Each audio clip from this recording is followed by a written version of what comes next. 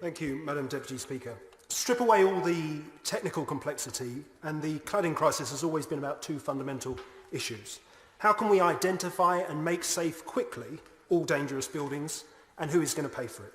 Both issues haunt those affected by this crisis, but in the long term it is the issue of liability that is in many ways the more terrifying, because leaseholders fear that it is they that will ultimately be forced by the government to pay the lion's share of a bill that is projected to rise to over £16 billion.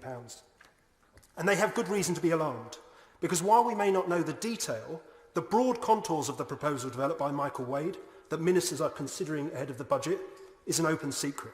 Minus an unknown, but almost certainly tokenistic, annual contribution from developers, he recommends that remediation is funded upfront by long-term loans attached to individual sites, with the building owner or responsible person then recouping that loan over a period of decades from its leaseholders.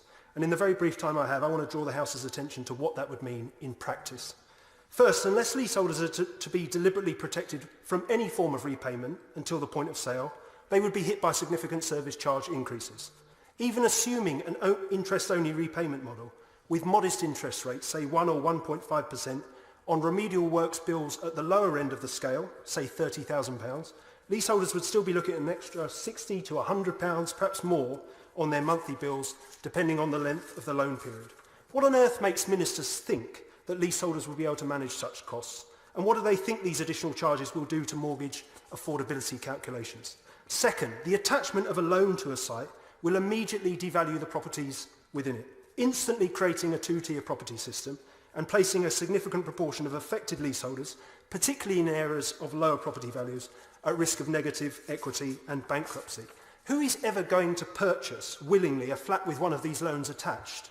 At least not unless the leaseholder discounts their total liability from the asking price, with all the consequences that implies for the housing market and mortgage lenders.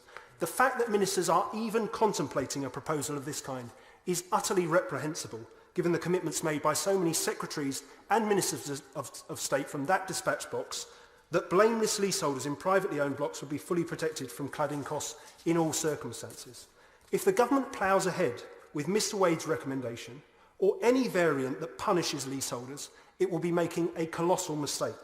There are other solutions which can provide upfront funding to accelerate the pace of remediation and that would protect the general taxpayer as well as leaseholders. All that is required, Madam Deputy Speaker, is that ministers give them serious consideration and, more importantly, that they steel themselves to finally confront the vested interests who created this problem in the first place.